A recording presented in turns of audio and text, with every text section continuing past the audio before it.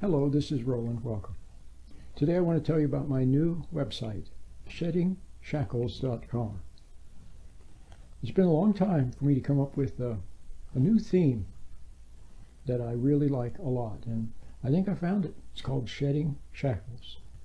Shedding the shackles that bind you to the past. We all know what it means to have unhappy memories, bitterness, regrets, unfinished business, resentments, anger toward what someone said or what someone did.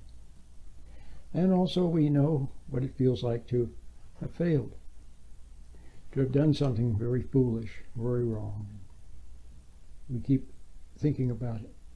You can't change the past, but you have to find a way to live on. To live on, having shed the shackles of the past. Now, I want to mention a couple of things. First of all, the website has a lot of really good information, which I've been accumulating now for 25 years. Chief among those resources is, of course, my meditation. The meditation is the bread and butter of your recovery program. You have to find a way to separate from the thought stream. See, right now, thoughts and emotions pull you into them. Okay? They pull you in. When you're lost in those emotions and those negative, especially negative thoughts, you're separated from reality. It's that simple. And you don't really know what the situation is. I'll give you a little example. A parent is there, and the parent resents the child for what the child has done. In other words, maybe last week the child broke something, and the week before the child spilled some milk, and the week before that the child broke something else, something like that, broke a dish or something. And the child, I don't know, made a mess in their room, nothing important, just little things. But the parent resents those. So now the child comes to the parent and brings some issue. But the parent responds with prejudice, with prejudgment. The parent says, I knew you were going to do something like this. You always do something like this, and now look, you're doing it just exactly what I thought. See? Blame, judgment. So you can remember when you were a child what your response to that was. Well, you felt bad. See, you probably resented your parent for that. So you have to find a way to have fresh eyes. That's an engineering term. To look at something with fresh eyes. To see it anew, as if you were looking at it for the first time.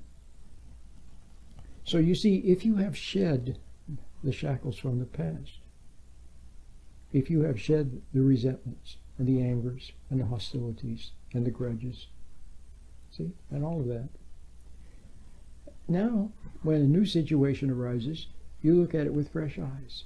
And because you're not lost in emotions, see, and ideas from the past, you can see what the situation really, you can discern what the situation really is, see, and then respond appropriately. So that little situation, where the parent blows it, doesn't get it right, see, that can be the beginning of a poor communication between that parent and that child that can last a lifetime. See? So we don't want that to happen. We want to have good communication with our kids and with our partner and with other people. So you have to learn to look at each situation with fresh eyes. Okay? Now, so the meditation is very helpful in that regard. See? We all know that after a good night's sleep, you wake up in the morning and a lot of the stuff that happened yesterday, it's gone. It's been cleaned out. Okay? That's what a good night's sleep is for. Well, you have been hanging on to, without maybe wanting to. Maybe you didn't want to. The last thing you wanted to do was to keep unhappy memories, and yet there they are. Well, you need, and the reason why they're there, most likely, is because you keep reinforcing them with anger, with judgment. So each new situation comes along, see, reinforces those ideas and emotions from the past. So the meditation is very helpful with that. The other thing that you need to understand is that when you are lost in thoughts and emotions, see, and when you're lost in thoughts, then other people feed you ideas. See, when you're lost in emotions, the emotions then pull you into thoughts, into the dream stream, the daydream stream, the thought stream. They pull you into that. And then other people, see, or things that you see on television or wherever, they feed ideas into that mix. And those ideas may not be true. They may be wrong. But you can't discern whether they're true or wrong because you've fallen away from the basis of discerning. You've fallen away from the light of reality. See, in reality, you're close to your intuition, your God-given intuition by which you can discern. You fall away from it when you fall into thoughts and emotions. So now you see how the meditation can be very helpful. Plus I have lots of YouTube videos about forgiveness. A lot of them about forgiveness. Letting go of grudges. See? I have some very good information about forgiveness that could really help you. See? For example, a lot of people, they don't want to forgive because they think to forgive means that you have to like the person, pretend nothing happened. It doesn't mean that at all.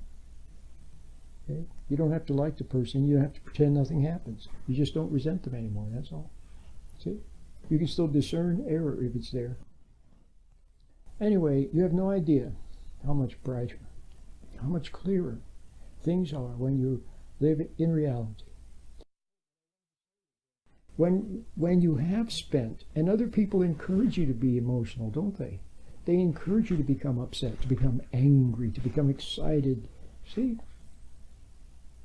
They encourage that.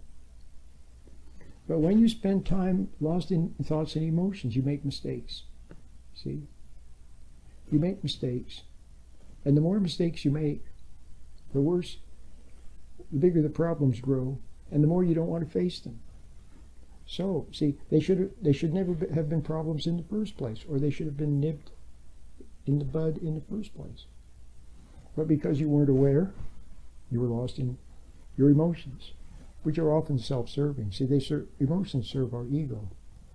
You get a high from hating someone, a high from feeling like people are taking advantage of you. See, a high from feeling nobody appreciates you. See? Which may or may not be true. Any of those may or may not be true. If they are true, well, don't resent the people. But don't derive a high from it. If that's the case, well, see that it is. But often it's not the case. See, it's an imaginary thing to puff up your ego. Your ego likes to feel, like great, like God.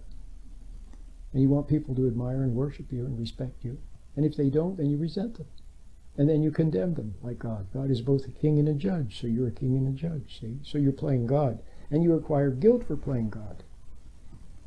So you hide. So then the worse things get in reality, the more you want to hide. So you hide in thoughts and hide in emotions. And then you also use things like smoking and marijuana and alcohol and drugs and video games and partying, see, and movies and music, see, and even work to hide in. See? So the more you hide, the worse things get. And the worse things get, the more you hide. So it's a vicious cycle. So you need to start breaking free from that by coming back to reality. And the meditation is helpful. So shedding shackles of the past. So such a beautiful concept. Shedding shackles. And I would like to make it a reality for you. Okay? For you. For our country. For the people. Shedding the shackles of the past and moving forward to a bright future, one that's not filled with hate, one that's not filled with resentment, not filled with hostility, filled with love, with kindness, with compassion, okay, with courage, with patience. So check out the website, and while you're there, have a look at the meditation. I have several of them. There are more elaborate ones that include books that go along, ebooks with them. Very nice. However, if you want, what you can start with is what's called the easy meditation, because it's free. It's free. It's only 6 minutes long. Okay, it's my gift to you. The easy meditation. My name is Roland.